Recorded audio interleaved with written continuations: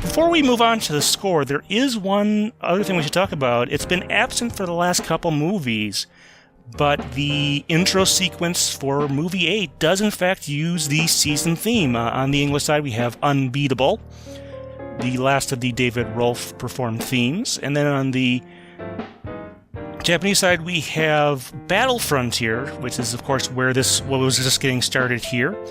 So, what's it like having that back in the movie there? It makes me so happy, especially these two songs. Like, I just love them both so much, and like I sing them all the time. Like, they're just so wonderful and like full of passion and confidence. Yeah, no, it makes me happy to have them back in the movies. Like, I am glad that maybe for a couple movies we, tried something new and opened on kind of a more somber tone or a quieter tone. But it is fun to kind of have that big, Pokemon battle opening again. Yeah, I mean, the structure of movies 6 and 7, I think, is more amenable to having a quiet opening.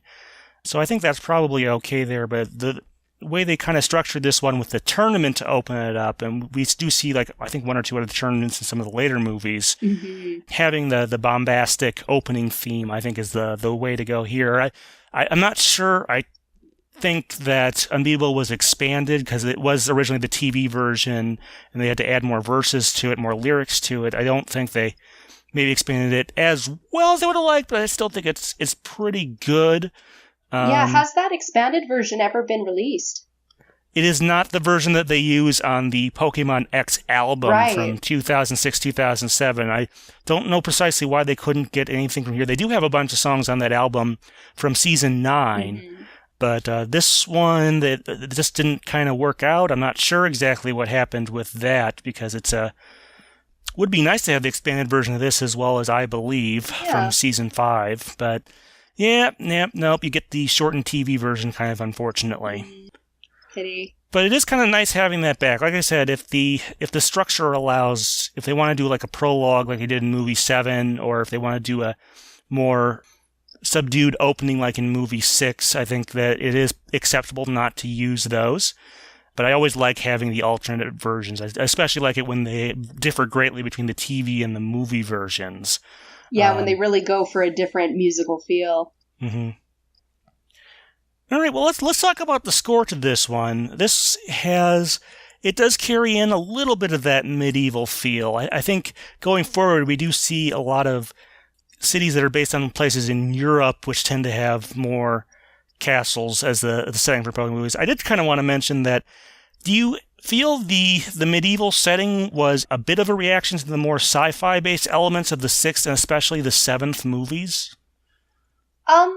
It could be that they were just trying to do something different, and they hadn't done medieval castle for a while. Yeah, like, it's hard to say like what came first, if location came before story or vice versa, because if the story idea came first, like with an ancient person or an ancient Pokemon rather sealed in a staff, that lends itself to classical. So it narrows your options to like medieval Europe or medieval Japan or China, or like, a country with a lot of history, rather than say a sci-fi sort of themed, which kind of is a bit more futuristic and has less of a history attached to it.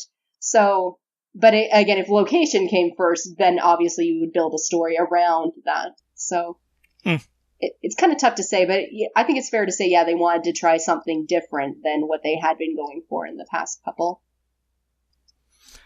Yeah, like I said, it would be interesting to know. Now, the interesting thing here is, although I had only seen the movie today for the first time, I had listened to the score for this film many times when I would play it on the station and just listening through it. So I recognized a lot of the stuff here. So actually being able to hear it in context was kind of interesting.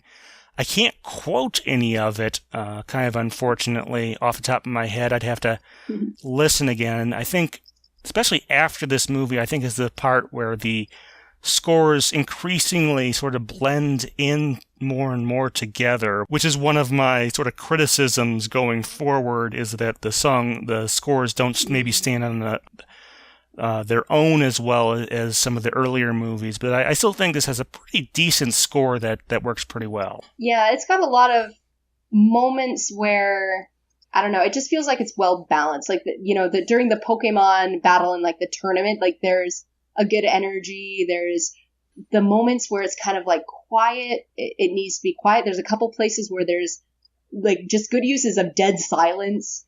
The battle at the beginning, like it just feels, the score, it's not especially memorable, and like there's not a lot of pieces of music that I can think of off the top of my head, like, oh, that went to that movie and that's iconic in the way that some of the earlier movies were. But it definitely fits everything it needed to support. Yeah, I should say, actually, now that I'm thinking about it, one of the ones that definitely stands out is the dancing, the ballroom scene has a rather memorable tune to it, and some of the related things in that sort of chunk of the movie definitely stand out. And that was a little different, yeah. Like, I don't feel like that's a musical style, because it did feel very classical to it. Like, not completely, but like, I don't feel it's the type of music that the Pokemon franchise had used much before. So that was kind of interesting. That sort of waltz. Yeah, so, I mean, it's definitely appropriate to that scene, so works out there. It is interesting to note, like, that this movie does take place in Kanto, and which is, like, most of Kanto is very, very Japan. So I kind of find that interesting that there's like this German-based castle kind of just hanging around near Nibby City. Maybe they were isolated because they are in the mountains. I don't know. Yeah. But it's like there's Japanese-style shrines like literally all around them. And there's a Venice-like city in Johto? Yeah. There are a couple, like, sometimes Johto, I think, gets more of a pass on that because they had a lot of Western influence in real-life Kansai's history. But, like, it just does make me laugh a little bit. It's like so much of Kanto, like, drew heavily from Japanese culture, and it was less concerned with building, like, a specific world image for the Pokemon world at the time. So it kind of, a lot of things were more explicitly Japan. So, like, to have this one random... I mean, it's not the only Western-style castle and mansion in Kanto, but it does make me laugh a little bit, especially since it still seems to have its own, at least, like, puppet government going on. Yeah, at the very least, they seem to hold a decent amount of, like, ceremonial power or something like that. Yeah, exactly. Like, that might be a special episode on my Patreon someday, is, like, government in the Pokemon world. Yeah. Cultures of the regions. All right, well, I think that does it for Movie 8. Our next one is, of course, our next episode is going to be Movie 9, Pokemon Ranger, and the Temple of the Sea, I believe, is the dub title. Right. And that's, of course, the Manaphy movie. This is the last of the Advanced Generation movies. And we wanted to give you a heads up. In between Movie 9 and the first Diamond and Pearl movie, Movie 10, we're going to be doing another special episode like we did between movie 5 and 6. And this time we're going to be covering underrated or underappreciated Pokemon songs. And we're going to be focusing on the anime. If you do want to mention something from a game, that's totally fine as well. But we really want your input. We really want, if you're on Anne's Patreon feed, please post a comment. If this is on my YouTube channel, there should still be some time.